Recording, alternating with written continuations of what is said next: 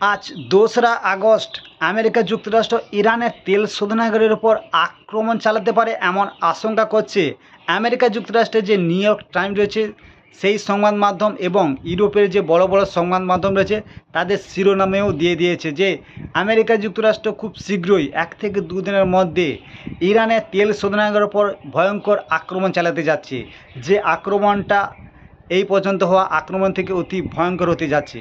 আর এই আক্রমণে ইসরায়েলও নাকি আমেরিকার সঙ্গে সহযোগিতা করছে, যেটা ইরানের জন্য অতি বাজে একটা ব্যাপার। অন্যদিকে ইরানের পক্ষ থেকে জানানো হয়েছে যে তারাও খুবই প্রস্তুত রয়েছে। আর পশ্চিমা বিশ্বের যে মিডিয়াগুলো তারা জানিয়েছে যে এই যুদ্ধ এখন সামরিক ঘাঁটির মধ্যে থাকছে না। আর এখন তারা আমেরিকা যুক্তরাষ্ট্র চালু করে দিয়েছে যে ইরানের যে অর্থনৈতিক দ্বারা সেইখানে বড় আক্রমণ চালাবে ১ থেকে ২ দিনের মধ্যে, মানে আজ বা কাল, মানে শনিবার বা রবিবারের মধ্যে, মানে ২৪ থেকে ৪৮ ঘন্টার মধ্যে।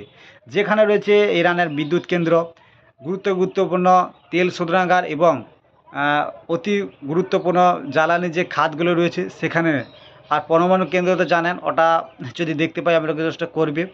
অন্যদিকে যেটা বড় সবথেকে বাজে ব্যাপার ধরা হচ্ছে, আমেরিকা যুক্তরাষ্ট্র ইরানের যে রাজধানী তেহরান, সেই তেহরানকে পুরোপুরি অন্ধকার করানো যাচ্ছে।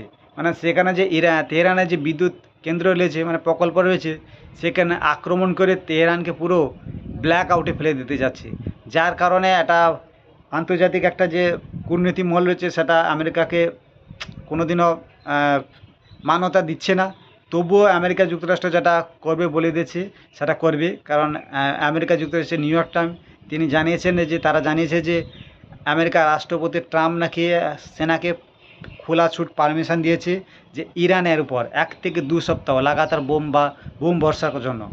যেটা এই গত ২৪ ঘন্টায় যে আমেরিকার যে সেনা এবং যে রাষ্ট্রপ্রধানরা রয়েছে তাদের কথাবার্তা শুনে বোঝা যাচ্ছে যে এটা খুব দ্রুত শীঘ্রই হতে যাচ্ছে।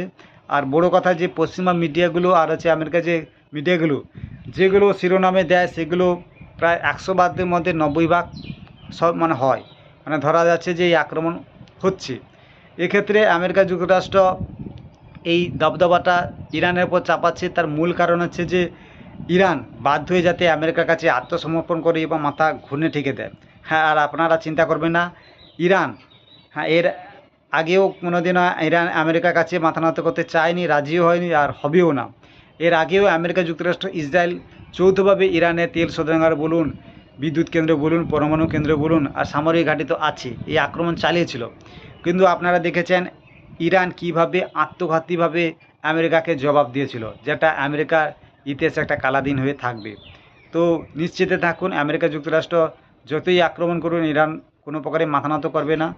আর রাষ্ট্রপতি ট্রাম্প আরও ঘোষণা করেছে যে এই যুদ্ধ তারা অবশ্যই জিতবে এবং ইরানকে পরমাণু কর্মসূচি চালাতে দেবে না। এটা যত সম্ভব বাস্তব, কারণ ইরান একটা অর্থনৈতিকভাবে ভঙ্গুর দেশ। তাদের অত্যাধুনিক ফাইটার জেটও নেই, আর হচ্ছে মিসাইলও নেই। তাদের কয়েকটা ইহুদি গোষ্ঠী বলুন আর সেনাদের মানে অতি মনোবলের কারণে ইরান এতদিন যুদ্ধে টিকে আছে।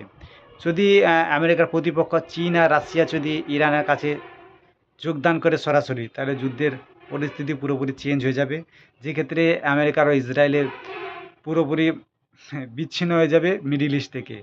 আর আমেরিকার সবথেকে বড় মাথা ব্যথা এইটাই, কারণ মিডিল ইস্টে আমেরিকা যুক্তরাষ্ট্রের যে দবদবা রয়েছে তাদের সেনা ঘাঁটি কারণে।